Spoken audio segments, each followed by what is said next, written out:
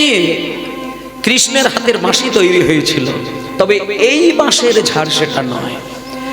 কৃষ্ণের হাতে যে বাঁশিটা ছিল সেই বাঁশটা বৃহস্পতির যজ্ঞস্থল থেকে একটা অপূর্ব বাঁশ তৈরি হয়েছিল, যে বাঁশের 25খানা পর্ব হয়েছিল, যা 9 পর্ব দিয়ে বিষ্ণুর একটা ধনুক হয়েছিল, 7 পর্ব দিয়ে শিবের একটি ধনুক হয়েছিল, 5 পর্ব দিয়ে রামের একটা ধনুক হয়েছিল, আর 3 পর্ব দিয়ে অর্জুনের ধনুক হয়েছিল।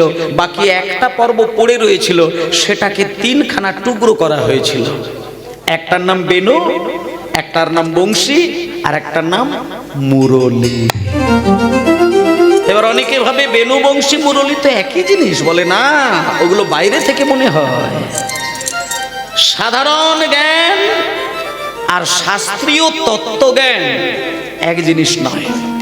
বেনু বংশী মুরলী আলাদা বিষয়। 17 আঙুল লম্বা 9টি ছিদ্রযুক্ত বাঁশি, তাকে বলা হচ্ছে বংশী। হ্যাঁ, আর 12 আঙুল লম্বা 6টি ছিদ্রযুক্ত বাঁশি হলে তাকে বলা হচ্ছে বেনু, আর 2 হাত লম্বা 4টে ছিদ্রযুক্ত বাঁশি কৃষ্ণের ছিল, সেটাকে বলা হচ্ছে মুরলী। তাহলে শ্রীকৃষ্ণ 3টে বাঁশি 3 রকম ভাবে তৈরি করে ত্রিভুবনকে তার নিজের দায়িত্ব পালনের জন্য তিনি যত্ন করে রেখে দিয়েছিলেন। কোনো বাঁশি বাজালে পরে দেবতারা তার শান্ত থাকে, কোনো বাঁশি বাজালে মর্তের সাধারণ মানুষ প্রসন্ন হয়, আবার কোনো বাঁশি বাজালে পাতালের দৈত্যগণ শান্ত হয়। তাহলে ত্রিভুবনকে রক্ষা করার জন্য ভগবানের এই বাঁশি। কিন্তু মা, এগুলো তো বাইরের কথা, কিন্তু যে বাঁশির সুর শুনে রাধারানী পাগল হল। রাধার মতন একজন সাধিকা বাঁশির সুর শুনে তার স্বামীকে হারায়, আর সেই বাঁশির সুর যদি আমরা শুনতে পাই, বলুন আমরা কি হারাতে পারি? ভাবার বিষয়। আপনি ভাববেন না যে নিছক একটা বাঁশির সুর। স্বর্গ থেকে কৃষ্ণ যখন আপনার নাম ধরে বাঁশি বাজাবে না, আপনার পাশে স্বামী থাকলেও স্বামীর বাবার ক্ষমতা নেই আপনাকে ওখানে আর ধরে রাখতে পারে। যেমন সাপ তার দেহ থেকে খোলস ছাড়ে, খোলস স্থির হয়ে পড়ে থাকে সাপ, কিন্তু ধীরে ধীরে বেরিয়ে যায়, তেমন বাঁশির সুর যখন আপনার হৃদয়ে গিয়ে পৌঁছাবে, তখন এই দেহটা খোলের মতো থাকবে, সেখান থেকে জীবাত্মা পরমাত্মার চরণে বিলীন হয়ে যাবে। তাই জন্য তো রাধারানী সেই বাঁশির সুর শুনে রেগে গিয়ে বলেছিল, ওরে ললিতা, ওরে বিশাখা, যে বাঁশির সুর শুনে আমি পাগল হয়ে যাই, আমি যে বাজাচ্ছে তাকে কিছু বলবো না, যে বাঁশিটা হাতে দাঁড়িয়ে থাকছে সেই বাঁশিকেও কিছু বলবো না, আমি শুধু বলবো কোন বাঁশের ঝাড় থেকে তৈরি হয়েছিল। আমি যদি একবার জানতে পারি সেই বাঁশের ঝাড়টি কোথায়, আমি সেই বাঁশের ঝাড়ে ঢুকে ঝাড়ের ডগা আর গোড়া একসঙ্গে উমড়ে নিয়ে আমি ফেলে দেব সমুদ্রের মাঝে। এই জন্য আজকে রাধারানী বললেন, এইভাবে যখন বাঁশির সুর বাজলো, এই বাঁশি ছিল কৃষ্ণের হাতে। মায়েরা, তাহলে কৃষ্ণ বাঁশি ধরেছেন এটা আমরা ছোটবেলা থেকে জানি, কিন্তু এ তো গেল দাপর যুগ পর্যন্ত। সত্যযুগ, ত্রেতা যুগ, দাপর যুগ, এবার আসুন কলিযুগ। কলিযুগের ভগবান তিনি কি ধরেছিলেন মা? কলির ভগবান কিচ্ছু ধরেন না, কিচ্ছু ধরেন না, কিচ্ছু ধরার প্রয়োজন হয়নি। তিনি শুধু মানুষের সামনে দাঁড়িয়ে তাকে কিছু বলতেও হতো না, শুধু হাত তুলে যদি একবার হরিবোল বলে কাঁদতো না, তাহলে মায়ার সমস্ত জ্বালা ছিন্ন হয়ে গৌরহরির চরণে আত্মসমর্পণ করতেন। আপনারা হয়তো জানেন না, নিমাইয়ের জন্ম হয়েছিল নিম গাছের তলায়, তাই জন্য তার নাম দিয়েছিল সচিমা নিমাই। বড় ছেলের নাম কি? বিশ্বরূপ। মাঝখানে অনেকগুলো সন্তান হয়েছিল সচিমায়ের, কিন্তু সেগুলো কালের গতিতে দুর্ভাগ্যবশত হারিয়ে যায়, আর শেষে একটা ছেলে হয়েছিল নিম গাছের তলায়, যার নাম হলো নিমাই। নিমাইয়ের যখন ঠিক 6 বছর বয়স, সব থেকে নিমায়ের দুঃখের খবর এটাই, 6 বছরের ছেলেটা এত দুষ্টু, এত চঞ্চল, হঠাৎ নিমাই স্তব্ধ হয়ে গেল। কেন জানেন? 6 বছর বয়সের পরে যে ছেলেটাকে ধরে আটকানো যেত না, সেই ছেলেটা নীরব হয়ে গেল, কাঁদতো শুধু, আর কোনো চঞ্চলতা নেই। কেন জানেন? 6-7 বছর বয়সী ছেলে নিমাই তার দাদা বিশ্বরূপকে হারিয়েছিল। বিশ্বরূপ তখন সন্ন্যাস ধর্ম গ্রহণ করে বেরিয়ে গিয়েছিল, আর ওই ছোট্ট ছেলে নিমাইকে বিশ্বরূপ কোলের কোলে মানুষ করেছে। যে বাড়িতে দেখবেন বড় দাদা থাকে, অনেকগুলো বছরের পরে যদি তার কোনো ছোট্ট একটা ভাই হয়, বাবার থেকে বেশি দাদার কোলে বড় হয়। বিশ্বরূপ ছোট্ট ছেলে নিমাইকে এত স্নেহ করত, এত ভালোবাসত, মা বাবার থেকে বিশ্বরূপ বেশি নিমাইকে বুকে জড়িয়ে ধরে খামত। কিন্তু যেদিনকে বিশ্বরূপ সন্ন্যাসী হয়ে চলে গেল, বড় দাদাকে হারানোর যে তীব্র বেদনা, সেটা মা বাবার থেকে বেশি যেন নিমাইয়ের মধ্যে দেখা দিয়েছিল।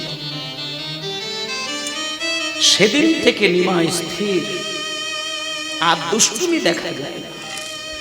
মা বাবা স্কুলে লেখাপড়া শেখাতে পাঠিয়ে দেয়, যতক্ষণ বই পড়ে ততক্ষণ পড়ার দিকে মন থাকে, বাকি সময় শুধু দাদার জন্য নীরবে কাঁদে, নীরবে চোখের জল পেলে ছোট্ট ছেলে নিমাই।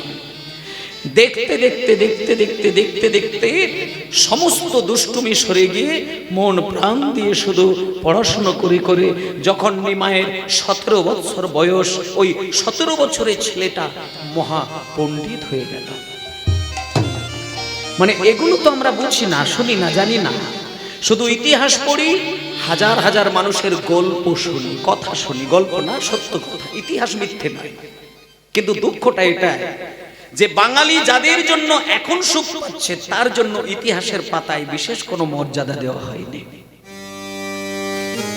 আপনি ইতিহাসের পাতায় কত কত কত কত মানুষের নাম পাবেন, কিন্তু বাঙালি যাকে হৃদয়ে জড়িয়ে ধরে আজও প্রশান্তি লাভ করছে, বাঙালি আজও যাকে জড়িয়ে ধরে কাঁদে, আর আজও যাকে পুজো করলে পরম সৌভাগ্যের সঙ্গে মানব জীবন ধন্য মনে করেন, সেই চৈতন্য দেব সম্পর্কে ইতিহাসের পাতায় বলুন আপনারা কতগুলো জায়গায় দিয়েছেন, কটা পৃষ্ঠাতে মহাপ্রভু সম্পর্কে লেখা আছে বলুন। এটাই আমাদের দুর্ভাগ্যের কথা। আপনি যদি এক্ষুনি যে কোনো মানুষকে জিজ্ঞেস করেন যে বাবা বলতো ভারতবর্ষ কবে স্বাধীন হয়েছিল, একটা 8 বছরের ছেলেকে জিজ্ঞেস করুন, বলে দেবেন। কিন্তু একটা মাস্টার মশাইকে, বাংলার মাস্টার মশাইকে জিজ্ঞেস করুন যে স্যার চৈতন্য মহাপ্রভুর জন্ম কত সালে হয়েছিল, জিজ্ঞেস করে দেখুন। এগুলো প্র্যাকটিক্যাল ঘটনা।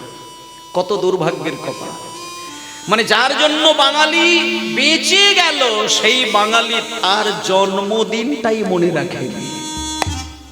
এর থেকে লজ্জার কথা আর কি হতে পারে? আর যে ইতিহাসের বই, মোটা বই, বাচ্চার কাঁধে চাপিয়ে দিলে কুজো হয়ে যাবে, কিন্তু সেই ছেলেটাকে হাজার কিছুর ইতিহাস ঘটনা জানানো হচ্ছে, কিন্তু চৈতন্য সম্পর্কে তাকে কিছুই জ্ঞান দেওয়া হয়নি। কিন্তু পৃথিবীর যে কোনো দেশে গিয়ে ইতিহাস বইগুলো পড়ে দেখবেন, তাদের দেশের যিনি মহাপুরুষ, তিনিই হবেন ইতিহাসের শ্রেষ্ঠ একজন। আর বাংলার ইতিহাস অন্য কিছু নিয়ে শ্রেষ্ঠ, কিন্তু চৈতন্য দেব নিয়ে কোনো ইতিহাসের জায়গাই নেই, কোথায় পাবে? তাই বাবা আমি বলবো সময় আছে এই সম্পর্কে একটু জেনে নিন। চৈতন্য চরিত, চৈতন্য চরিতামৃত, চৈতন্য ভাগবত, এই সমস্ত গ্রন্থগুলো একটু নিত্যদিন স্নানের পরে অন্তত একটা করে পৃষ্ঠা যদি পড়তে পারেন, আপনাকে অমৃতের কলসি থেকে অমৃত টেনে আনতে হবে না, ওইখানেই অমৃত মাখানো রয়েছে। এটাই তো আমাদের সাধনা। সনাতন ধর্ম উৎকৃষ্ট ধর্ম কেন বলেছে? কারণ সনাতন ধর্মের গ্রন্থে অমৃত দেওয়া রয়েছে। এটা যারা খুঁজেছে তারা পেয়েছে, যারা দুর্ভাগ্যের কপাল নিয়ে জন্মেছে তারা জন্মেছে, খেয়েছে, মরেছে, কিন্তু অমৃতের কলসের কাছাকাছি তারা যেতে পারে না। তাই চলুন মা, পালা হবে, লীলা হবে, সবই হবে, আস্তে একটু আস্তে, পালা লীলা সবই হবে। কিন্তু ঘটনা হচ্ছে যে কীর্তন বাসরে যে একপালা কীর্তন আমি শুনলাম, আমার ভেতরের কি সংস্কার হলো সেটাই বড় হিসাব, এর বাইরে কোনো হিসাব নেই। হ্যাঁ, এটা যদি আপনাদের মধ্যে এসে যায়, জানবেন আপনি কিছু করলেন। আর এই কীর্তন এমন একটি কীর্তন যা একটা মাতালকে পর্যন্ত ভক্ত তৈরি করে দিতে পারে, যেটা অন্য কোনো শিক্ষা কেন্দ্রে এটা হয় না। কেমন এই কীর্তন, এত মধুর কীর্তন গান যা মাতাল ভদ্র হয়ে যায়, আর ভদ্র মানুষ ভক্ত হয়ে যায়, আর যিনি ভক্ত মানুষ তিনি কয়েক পালা কীর্তন শুনলে দেবতা হয়ে যায়। এটা সেই কীর্তন। বিশ্বের শ্রেষ্ঠ পণ্ডিত যিনি চৈতন্য মহাপ্রভু, তিনি আমাদের ঘরে ঘরে এই কীর্তন এনে দিয়েছিলেন। তাই ভক্তমণ্ডলী মায়েরা, আজকে আমরা মন প্রাণ দিয়ে সেই কীর্তন শুনব একটুখানি তার নামের দ্বারা। চলুন এইবার আসল জায়গায় চলে যাই। আজকে তিনি যে উদ্দেশ্যে জন্মেছিলেন তার উদ্দেশ্যটা কি সেটা করে আসল জায়গায় চলে যাব। তিনি কিন্তু আমাদেরকে নামটাই প্রচার করতে দিয়েছিলেন। নাম নাম হরে কৃষ্ণ কৃষ্ণ কৃষ্ণ হরে হরে, হরে রাম রাম রাম হরে হরে। যারা কৃষ্ণ মন্ত্রে দীক্ষিত এটা তো তারা জানবেই। আর এই নাম ছাড়া সনাতন ধর্মের মানুষের কাছে আর কি সম্পদ আছে? তাই জন্য একটুখানি নামটা আমরা করে নিয়ে চলুন আসল জায়গায় আমরা পৌঁছে যাব। সবাই মিলে একটুখানি নাম করব, সুন্দর করে কলাবতী রাগের উপরে চলুন একটু নাম করে দিই। আমিও গাইব, আপনারাও গাইবেন। আর নামকে বিভিন্ন ভাবে করা যায়, উচ্চ স্বরে করা যায়, ফিসফিস করে বলা যায়, আবার নীরবে মনে মনেও করা যায়। যেভাবেই করুন না কেন, ভেতরের বিশ্বাস আর ভক্তি থাকলেই সেই নাম তার চরণে চলে যায়। তাই জন্য চলুন একটু সবাই মিলে হরে কৃষ্ণ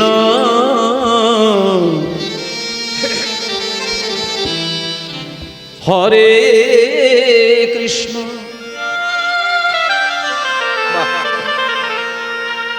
কৃষ্ণ কৃষ্ণ হরে হরে,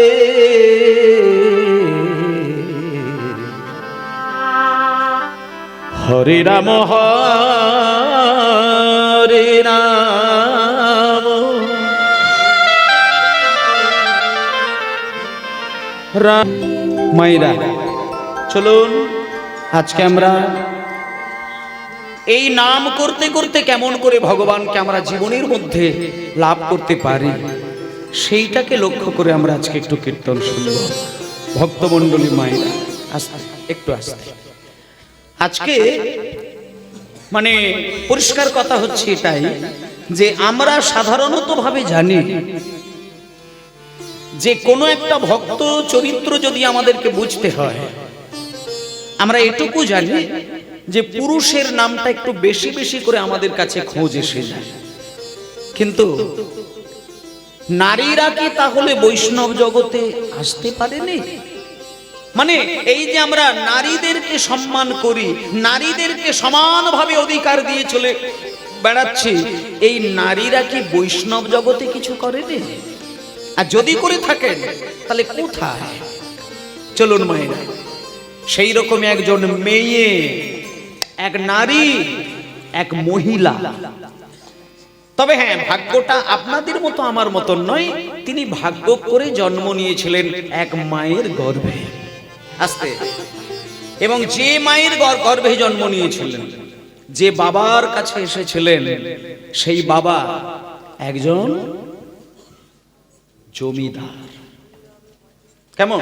মানে রাজার মেয়ে। আর আস্তে, রাজকন্যা যদি কারোর হয় না, সাধারণত ভাবে দেখবেন রাজা বা জমিদার তারা কন্যাদেরকে একটু বেশি পছন্দ করেন। আর যারা মেয়ে হয় তারা দেখবেন যে কোনো বাড়ির মেয়েদেরকে দেখবেন মাকে জানা ভালোবাসবে, বাবাকে আরো বেশি ভালোবাসবে। আজকে সেই রকমই একজনের ঘটনা শুনবো, যিনি হলেন চাঁদের মতন বদন। মা বলেছিল যে আমার মেয়েকে আমি নাম রাখবো চন্দ্র, আর বাবা তখন বলল যে এই সঙ্গে আমি নাম রেখে দিলাম শশী। শশী মানেও চন্দ্র আর চন্দ্র মানেও চাঁদ, দুজনের নাম একত্রে হয়ে গেল চন্দ্র শশী। এবার দেখতে দেখতে দেখতে দেখতে মেয়েটা একটু বড় হলো। নদিয়া জেলার মাঝে কৃষ্ণনগর ধাম, অতি মহীয়সী নারী চন্দ্র শশী নাম অতি শশী নারী চন্দ্রবতী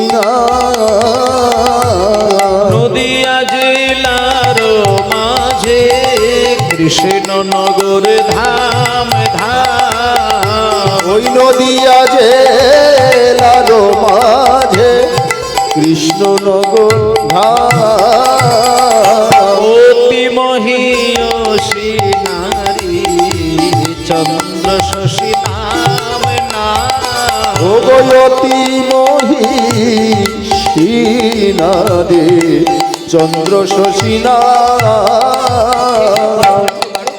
অতি মহিষী নারী চন্দ্র শশী জমিদারের কন্যা রূপে জন্ম হইল ওই জমিদারের কন্যা রূপে জন্ম হইল জমিদারের কন্যা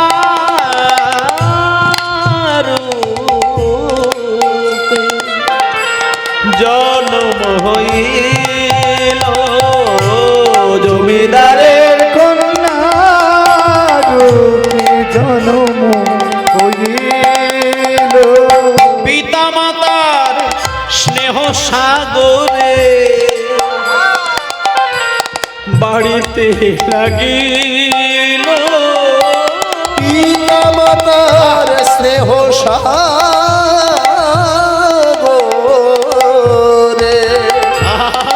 বাড়িতে লাগিল পিতা মাতার স্নেহ সাগরে বাড়িতে লাগিল পিতা মাতার স্নেহ সাগরে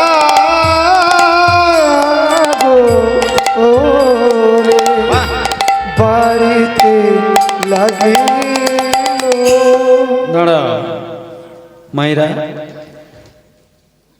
বাবার আদর খেতে খেতে মায়ের আদর খেতে খেতে স্নেহ ভালোবাসা পেতে পেতে সোনার চামচ মুখে করে জন্ম নিয়েছেন ওই ছোট্ট কন্যা।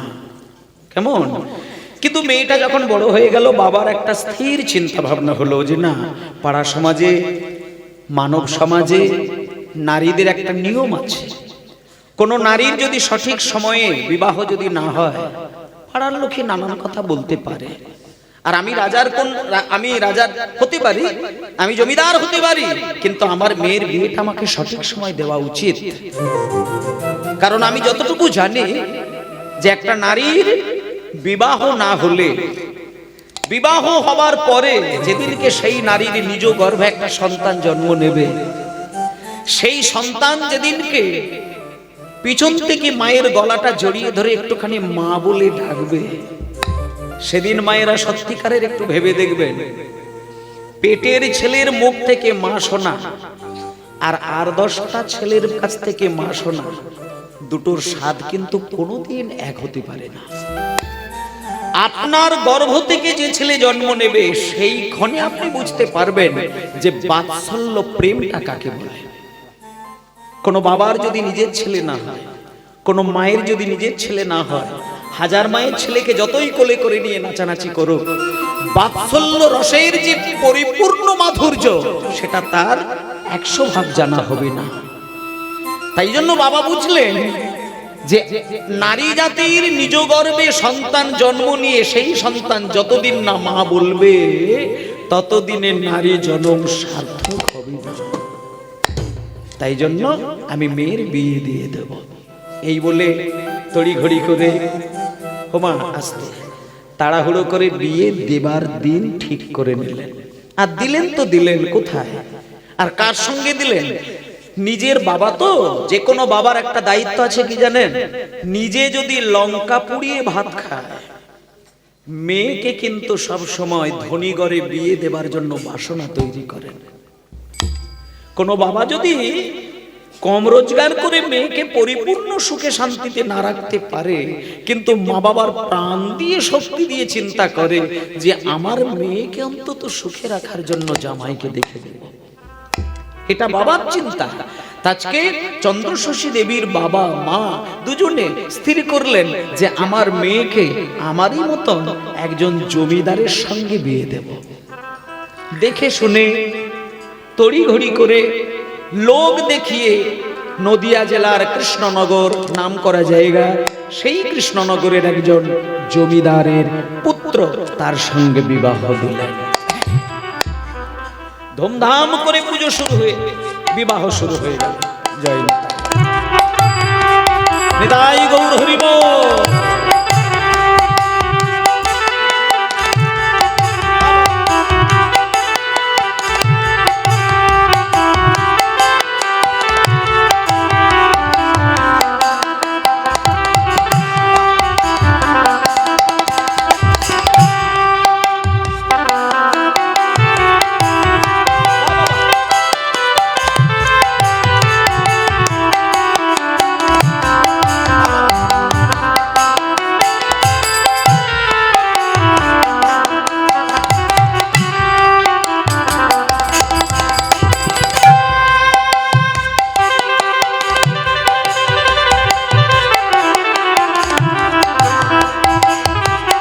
হরি হরি হরি হরি বল।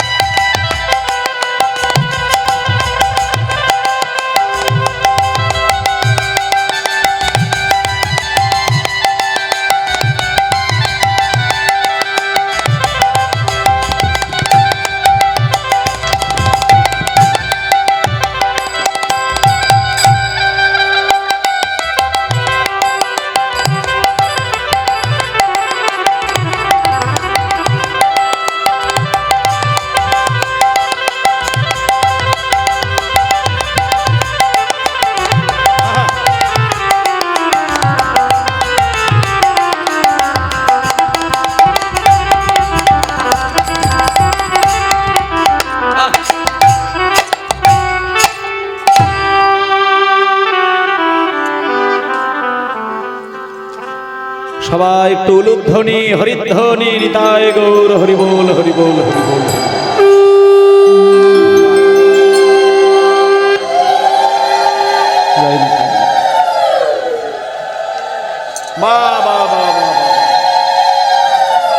বেশ মামুনি, আচ্ছা আচ্ছা, হরি বল হরি বল হরি বল। বেশ বেশ, আজকে ঠিক বিবাহের কাজ সম্পন্ন হয়ে গেল। এবার দেখুন মা, বিয়ে থা হবে বলে প্রস্তুত, বিয়ে হয়ে গেল। ঠাকুর মশাই আসলেন, মন্ত্র পাঠ করলেন, আর একে অপরের শুভ দৃষ্টি হলো, মালা বদল হয়ে গেল, বিবাহ শেষ হলো। সারাটা রাত্রির কেটে গেল, বিয়ের হই হই হই হই হই হই রবে। কিভাবে যে রাতটা পার হয়ে গেল কেউ টেরই পেল না। এটাই তো বাস্তব।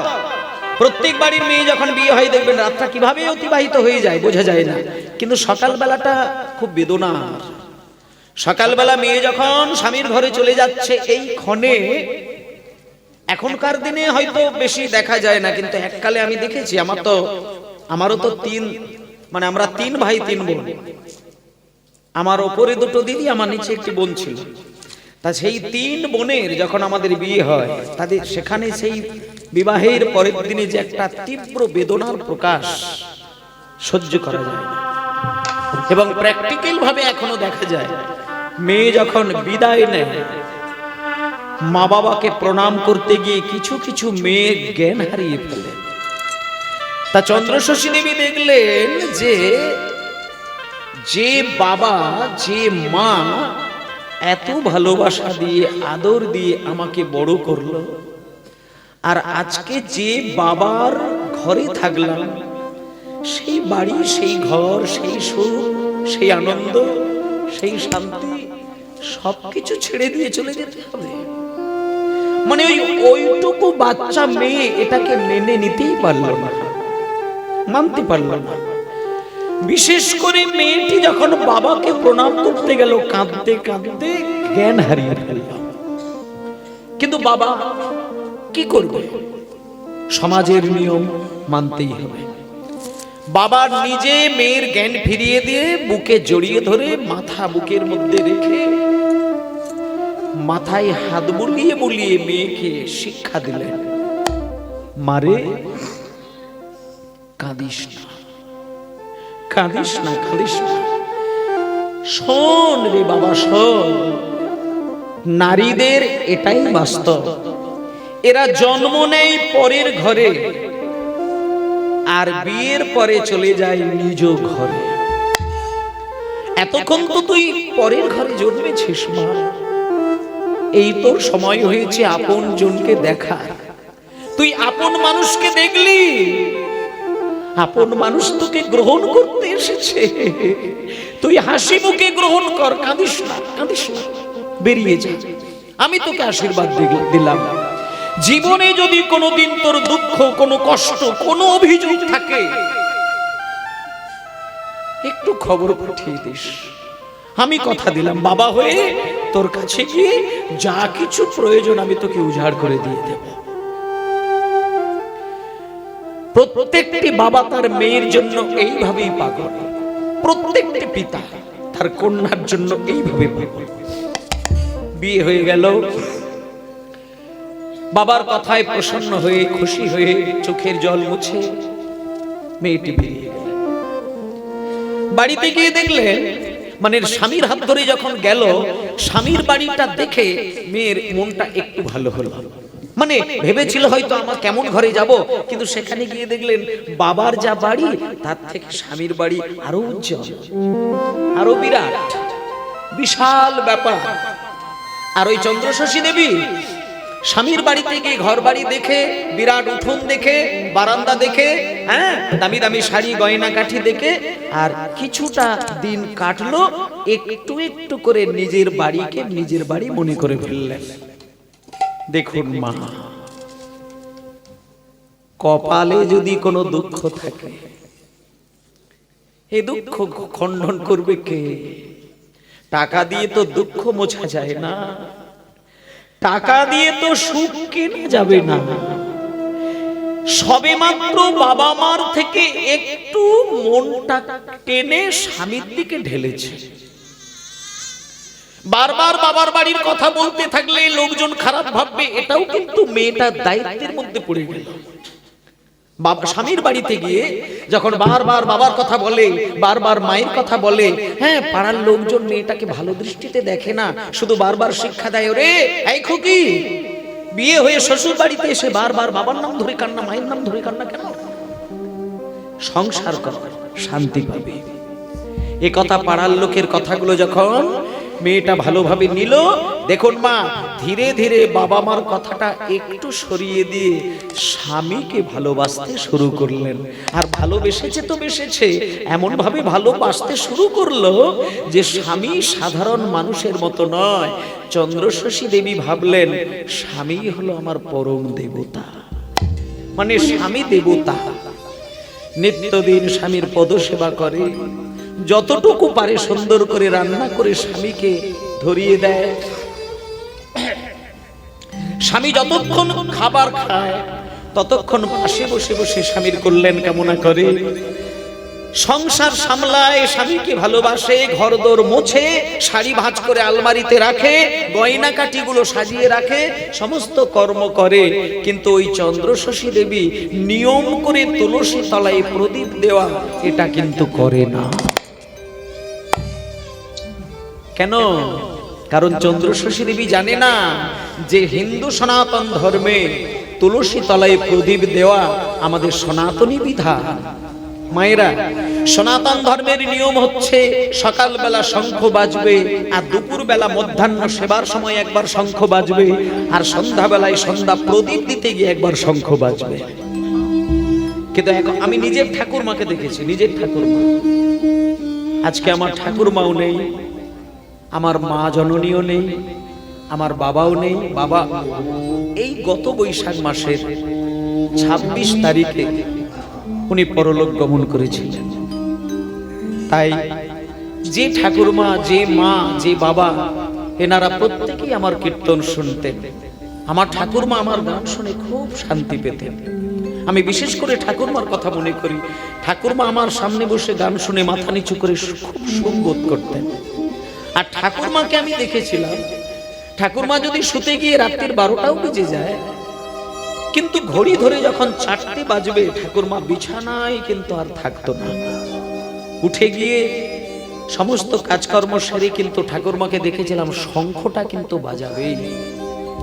তারপরে দুপুরবেলা সেবা দেওয়ার পরে শঙ্খ, আর সন্ধ্যাবেলায় সন্ধ্যা প্রদীপ দেওয়ার সময় শঙ্খ।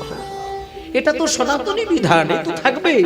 কিন্তু জমিদার গিন্নিমা কিন্তু সেটা করেনি, কারণ জমিদার গিন্নিমাকে এই শুভ শিক্ষাটা মা বাবা দেয়নি। এগুলো তো মা বাবার কাছ থেকে পাবে। কিন্তু যে বাড়ির কালচার, যে বাড়ির আচার বিধি এটা না হবে, সেই বাড়ির মেয়েরা তো এটাকে অন্যভাবে দেখবে। জমিদার গিন্নিমা সব জানে, কিন্তু সন্ধ্যা প্রদীপটি দেয়নি, বোঝে না, জানে না, ধূপ জ্বালায় না, প্রদীপ জ্বালায় না, প্রণাম করে না, কিচ্ছু বোঝে না। কিন্তু মা তাতে কিছু এসে যায়নি। ইতিমধ্যে দেখতে দেখতে বেশ কটা দিন কাটলো। সুন্দর সুন্দর সুন্দর সুখের পাহাড়, শান্তির পাহাড়। জমিদার গিন্নিমা ভুলে গিয়েছে যে আমি বাবার বাড়িতে আছি না স্বামীর বাড়িতে আছি। বাবার বাড়িতে যে সুখ, যে শান্তি, স্বামীর ঘরেও সেই সুখ, সেই শান্তি। কিন্তু হঠাৎ পাহাড় সমান দুঃখ নেমে এলো। চন্দ্রশশী দেবী স্বামী দেবতাকে যত ভালোবাসতে শুরু করলেন, হঠাৎ একটা অঘটন ঘটে গেল। কয়েকটা মাস কাটার পরে ওই ছোট্ট মেয়ের জীবন থেকে চিরকালের জন্য স্বামী দেবতা হারিয়ে গেলেন। যে স্বামীকে ভালোবেসে মা বাবার প্রতি ভালোবাসাটা, টানটা একটু সরেছে, সেই স্বামী দেবতা চন্দ্রশশী দেবীকে ছেড়ে চিরকালের জন্য বিদায় নিলেন। হেন কালে চন্দ্রশশী কাঁদিতে লাগিল। হরি হরি বলে চন্দ্রশশী কাঁদিতে লাগিল। হেন কালে মা জননী কাঁদিতে লাগিল। হেন কালে মা জননী কাঁদিতে লাগিল। অজ্ঞান হইয়া ভূমে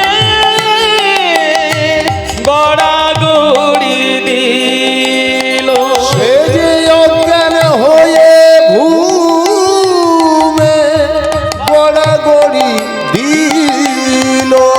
আর অজ্ঞান হইয়া ভূমে পড়ি গড়াগড়ি দিল। অজ্ঞান হইয়া ভূমেতে গড়াগড়ি দিল।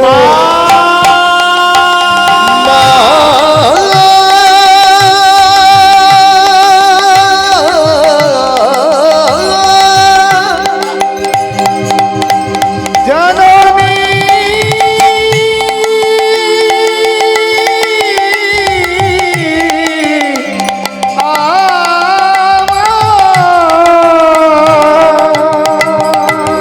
মা ও মা,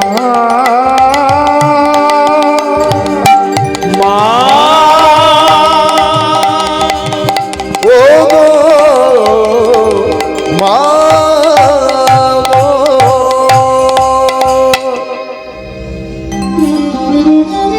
ও মায়েরা, পেটে ধরা সন্তানের যদি ব্যথা আসে, সেই ব্যথা লোক দিয়ে কিন্তু মাকে বলতে লাগে না। এটা কিন্তু বাবার থেকে মায়ের কাছে বেশি ধরা পড়ে।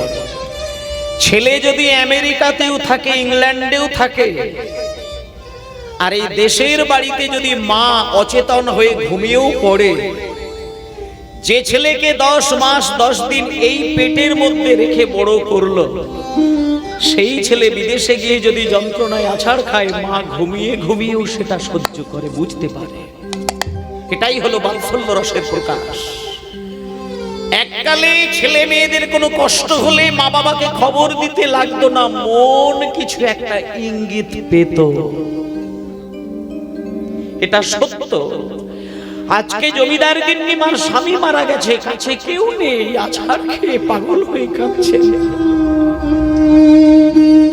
হঠাৎ জমিদার গিন্নিমা সেখানে মা বলে ডাকলো, সেই করুণ সুর জমিদার গিন্নিমার মায়ের হৃদয়ে ধরা পড়ল।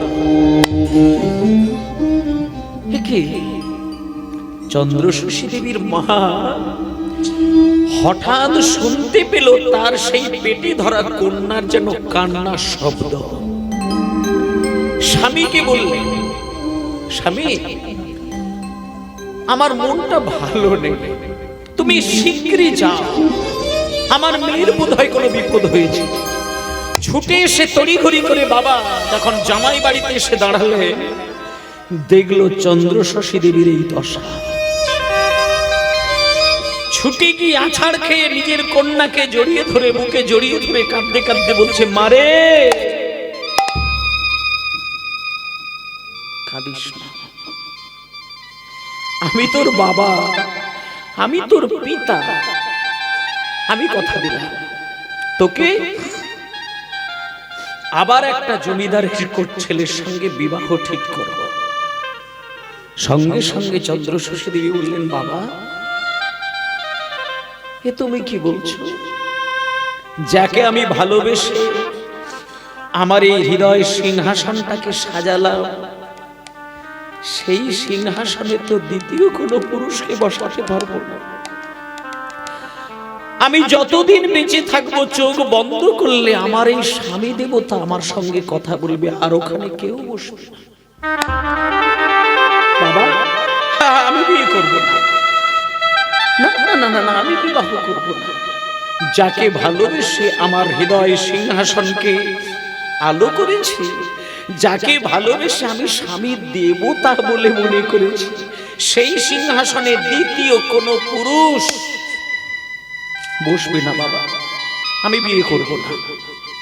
তড়িঘড়ি করে কয়েকটা দিনের মধ্যে চন্দ্রশশী দেবী স্বামীর সমস্ত শ্রাদ্ধের কাজকর্ম নীরব হয়ে নিজের দায়িত্ব সামলালেন।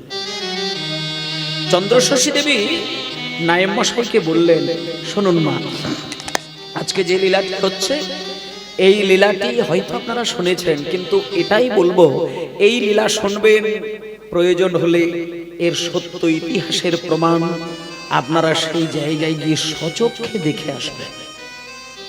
জমিদার গিন্নিমা সবাইকে বললেন যে, ওগো, আমার স্বামীর শ্রাদ্ধ যজ্ঞে নিমন্ত্রণ কাউকে দিয়ে করাবো না, আমি নিজ গৃহে নিজ দায়িত্বে আমি গিয়ে সবাইকে নিমন্ত্রণ দেব। সবার বাড়িতে গিয়ে সকলকে নিমন্ত্রণ দিয়ে শ্রাদ্ধ যজ্ঞ করলেন। ইতিমধ্যেই শ্রাদ্ধ অনুষ্ঠান শুরু হয়েছে, কিন্তু চন্দ্রশশী দেবী সবই করেছে, কিন্তু কি আসল কাজটি করে। এখন কোনটা আসল আর কোনটা নকল, এটা তো আর মা বুঝে না। মা দেখছে শ্রাদ্ধের বিধি নিয়ম, ব্রাহ্মণ ঠাকুর যা বলবেন, নায়েব মশাই যা বলবেন, এটাই তো শেষ কথা। কিন্তু এর বাইরেও যে আরেকটি কাজ আছে, এটা তো মাকে কেউ বলেনি, তাই মা কিছুই করেনি। মা কয়েকটা দিন পরে যখন শ্রাদ্ধের দিন আসলো, ঘাট শ্রাদ্ধ হচ্ছে, কিন্তু এমন সময় 5 জন বৈষ্ণব এসে মা জননীর কাছে এসে দেখা দিলেন, এবং তারা এসে সকাল বেলায় শুরু করেছে, ভজ রাধা কৃষ্ণ গোপাল কৃষ্ণ কৃষ্ণ কৃষ্ণ বলো, কৃষ্ণ কৃষ্ণ বলো মুখে মনোরে, ভজ রাধা কৃষ্ণ গোপাল কৃষ্ণ কৃষ্ণ কৃষ্ণ বলো মুখে মনরে। রাধা কৃষ্ণ গোপাল কৃষ্ণ কৃষ্ণ কৃষ্ণ বলো মুখে মনোরে ভজ। রাধা কৃষ্ণ গোপাল কৃষ্ণ কৃষ্ণ কৃষ্ণ বলো মুখে নামে মনরে। বুক ভরে যায় অভাব মেটায়, বুক ভরে যায় অভাব মেটায়। নামে বুক ভরে যায় অভাব মেটায়, নামে বুক ভরে যায় অভাব নামে মিটায়। বুক ভরে যায় অভাব মেটায়, নামে বুক ভরে যায় অভাব মিটায়। স্বভাব জাগায় মহাসুখে। একবার ভজ রাধা কৃষ্ণ গোপাল কৃষ্ণ কৃষ্ণ কৃষ্ণ বলো মুখে মনরে। রাধা কৃষ্ণ গোপাল কৃষ্ণ কৃষ্ণ কৃষ্ণ বলো হরে হরে দিন বন্ধু চিরদিনের বন্ধু, হরিদিন বন্ধু চিরদিনের বন্ধু। হরিদিন বন্ধু চিরদিনের বন্ধু, হরিদিন বন্ধু চিরদিনের বন্ধু। শিবের করুণা লোকে লোকে, হরিদিন বন্ধু চিরদিনের বন্ধু। জীবের করুণা লোকে লোকে। ভজনারে অন্ধ চরণার বৃন্দ, ভজনারে অন্ধ করুণার বৃন্দ। আর দুস্তর মায়ার বিপাকে। একবার ভজ রাধা কৃষ্ণ গোপাল কৃষ্ণ কৃষ্ণ কৃষ্ণ বলো মুখে মনরে। রাধা কৃষ্ণ গোপাল কৃষ্ণ কৃষ্ণ কৃষ্ণ বল মুখে মনোরে ভজ। ভজ রাধা কৃষ্ণ গোপাল কৃষ্ণ কৃষ্ণ কৃষ্ণ বলো মুখে মনরে। ভজ রাধা কৃষ্ণ গোপাল কৃষ্ণ কৃষ্ণ কৃষ্ণ বলো মুখে মনরে। ওমা পাঁচজন বৈষ্ণব দরজার সামনে এসে এরকম গান গাইছেন। এবার চন্দ্রশশী দেবী তো তাদেরকে চেনেন না। জমিদার গিন্নিমা বাইরে এসে বলছেন, একটু আসতে, বাইরে এসে বলছেন, বাবা ঠাকুর তোমরা কে বাবা? মা আপনি আমাদেরকে চিনবেন না, আমরা ওই 2-10টা গ্রামের আগে আমাদের বাড়ি। আমরা আসলে একদল বৈষ্ণব সমাজ সম্প্রদায় আপনার কাছে এসেছি আপনাকে একটা ওই শুভ সংবাদ দেবার জন্য। মানে হ্যাঁ, রাম রাম হরে হরে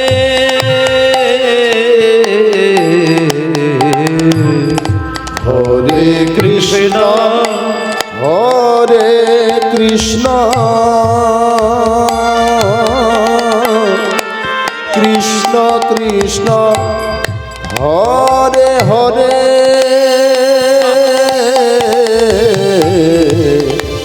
হরে রাম হরে রাম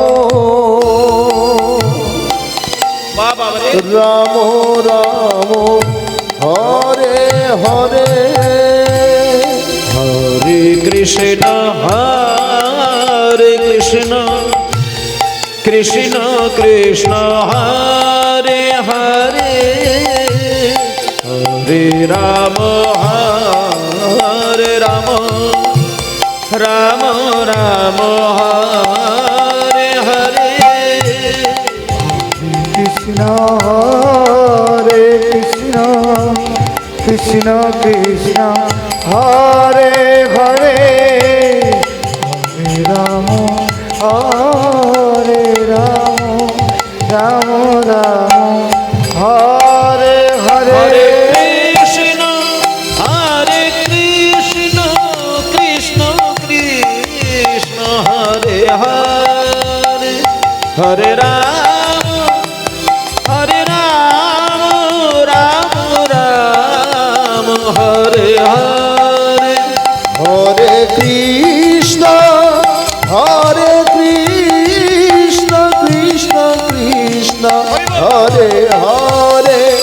হরে রাম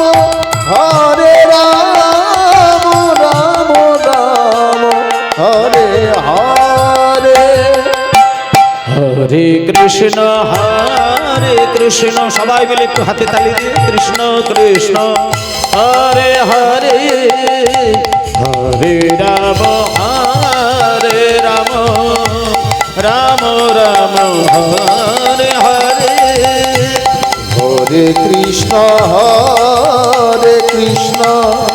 কৃষ্ণ কৃষ্ণ হরে হরে হরে রাম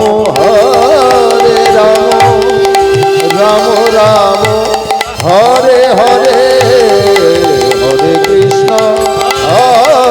কৃষ্ণ কৃষ্ণ কৃষ্ণ হরে হরে হরে রাম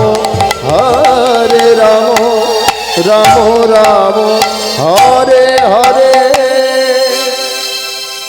এই নাম নিত্য সঙ্গী হয়ে যাবে আমাদের। কোন বাঝারে ছিলাবাসী রে,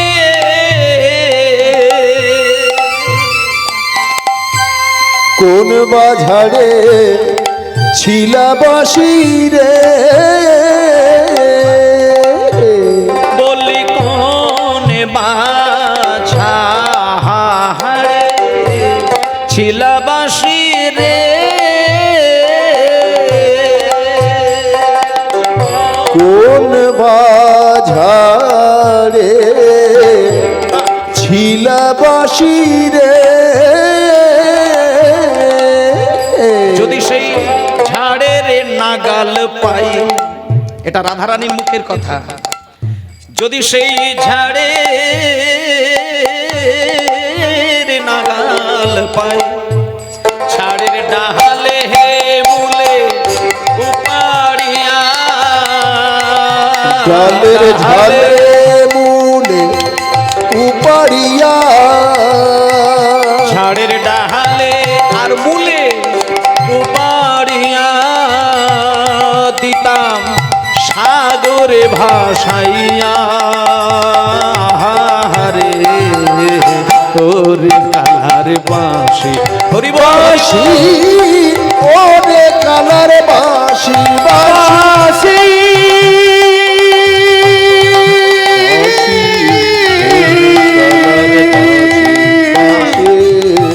ওরে কালার বাঁশি বাঁশি, ওরে